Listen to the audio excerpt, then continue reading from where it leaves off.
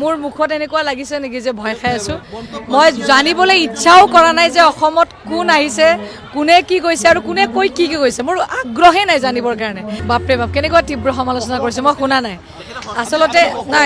আচলতে কি হয় মই কৈ দিছোঁ আপোনাক, কি কৈছে মই এতিয়ালৈকে শুনা নাই। গতিকে কাৰণ বয়ন প্ৰশিক্ষণৰ লগত ইমান বেছি সোমাই আছোঁ। আচলতে এই কথাবিলাকে আমি আচলতে কোনটো বস্তু আমি লৈ যাব লাগে সমাজখনক, কোনটো বস্তু আমাৰ কাৰণে বেছি মূল্যৱান। কোনোবা আহিছে ক'ব ৰাজনৈতিক পথাৰ, তাত মোৰ ক'বলগীয়া একো নাই। কাৰণ এই চিন্তাধাৰাটোৱে সলনি কৰিব বিচাৰিছোঁ। মহিলা মৰ্চাৰ যিটো কাম, মহিলা মৰ্চাৰ সেই কামটো কৰিব বিচাৰিছোঁ। মোৰ মহিলাসকলক একত্ৰিত কৰি কেনেকৈ আমি ভাল কথাৰ মাজত, চিন্তাধাৰাৰ মাজত তেওঁলোকক শক্তিশালী কৰিব পাৰোঁ। গতিকে কোনোবাই কিবা কৈছে কি কৈছে মই গম পোৱা নাই, গতিকে মই মন্তব্য নিদিওঁ।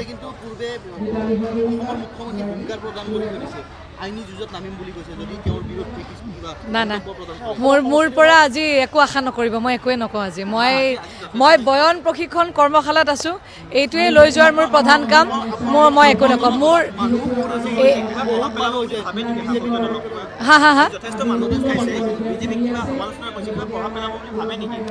চাওক, পৰিৱেশবিলাক ইমান ধুনীয়া হৈ আছে। এতিয়া আমি যেনেকৈ বয়ন প্ৰশিক্ষণ কৰ্মশালাত সোমাই আছোঁ, মই জানিবলৈ ইচ্ছাও কৰা নাই যে অসমত কোন আহিছে, কোনে কি কৈছে আৰু কোনে কৈ কি কৈছে। মোৰ আগ্ৰহে নাই জানিবৰ কাৰণে। মোৰ এটাই কথা, বিহু আহিছে। তাঁতশালসমূহত অসমৰ প্ৰত্যেকগৰাকী অসমীয়া বোৱাৰী জীয়ৰী ব্যস্ত হৈ আছে, আমি ব্যস্ত হৈ আছোঁ। বিহু আহি আছে, গতিকে তাৰ মাজত কোন ৰাজনীতিবিদ আহিছে, কোন গৈছে, কোনে কি কৈছে, তাৰ খবৰ ৰখাৰ মই প্ৰয়োজন বোধ কৰা নাই। মোৰ মুখত এনেকুৱা লাগিছে নেকি যে ভয় খাই আছোঁ? মইতো আনন্দত আছোঁ এই কাৰণে যে বয়ন প্ৰশিক্ষণটোক লৈ সমগ্ৰ অসমবাসীৰ ৰাইজে খুব ভাল পাইছে আৰু নৱপ্ৰজন্মৰ মাজত এটা জনজাগৰণৰ সৃষ্টি কৰাৰ ক্ষেত্ৰত অকণমান আগবাঢ়িব পাৰিছোঁ। গতিকে ৰাজনীতিৰ আৰু ইয়াৰ পিছত আৰু কোনোবা আহিব, কোনোবা যাব, সেইটোলৈ কথা নাই। কিন্তু আমাৰ যিটো মুখ্যমন্ত্ৰী মহোদয়ে যি ধৰণে কাম কৰি আছে, তাক লৈ আমি গৌৰৱ কৰোঁ। আৰু মই ভাবোঁ যে মুখ্যমন্ত্ৰীৰ যিটো স্থিতি অটল, যে আমি কাম কৰি গৈ আছোঁ ৰাইজৰ কাৰণে, সেইটোত আমাৰ বিশ্বাস আছে। আৰু বেলেগৰ লগত মোৰ কোনো ধৰণৰ কথা নাই। মই চাওক, কি কৈছে কি কোৱা নাই মই নজনাকৈ কোনো ধৰণৰ মই ৰিপ্লাই দিব বিচৰা নাই। ক'বতো নোৱাৰোঁ সময়টো বেয়াত আহিলে, কাৰণ বিহুৰ বতৰ। এতিয়া কোনো মানুহৰ সময় নাই আৰু এইবিলাক শুনিবৰ কাৰণেও।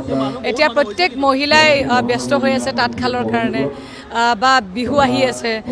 তাৰোপৰি আমাৰ যিহেতু 14 তাৰিখে আমাৰ প্ৰধানমন্ত্ৰী নৰেন্দ্ৰ মোদী ডাঙৰীয়া আহিব, ইমান ডাঙৰ কাৰ্যসূচী এটা আছে। গতিকে নাচনীয়ে ব্যস্ত হৈ আছে, শিপিনীয়ে কামত ব্যস্ত হৈ আছে, আপোনালোকে আপোনাৰ কামত ব্যস্ত হৈছে, মই মোৰ কামত ব্যস্ত হৈ আছোঁ।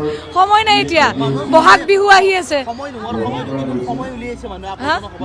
তাকেইতো, সময়টো ব্যৱহাৰ কৰিব জনা নাই, তাতকৈ বেছি কি ক'ম আৰু। কোন সময়ত আহিব লাগে, কোন সময়ত আহিব নালাগে, সেইখিনি মই ভাবোঁ যে সেইখিনি অকণমান তেওঁলোকে তৃণমূলত ইয়াতে জানি পেলাই আহিব লাগে যে কোন সময়ত আহিব লাগিছিল। আহিব লাগিছিল যদি বহাগ বিহুৰ সময়ত যদি আহিলেহেঁতেন, মানুহে কিবা শুনিলেহেঁতেন। এইখিনি সময়ত য'ত শিপিনী ব্যস্ত হৈ আছে, মই ব্যস্ত হৈ আছোঁ প্ৰশিক্ষণত, আপোনালোক ব্যস্ত হৈ আছে, বিধানসভা চলি আছে, নাচনী ব্যস্ত হৈ আছে 14 তাৰিখৰ কাৰণে। কাৰো সময় নাই, কোন আহিছে কোন গৈছে ইয়াতে, মোৰো সময় নাই।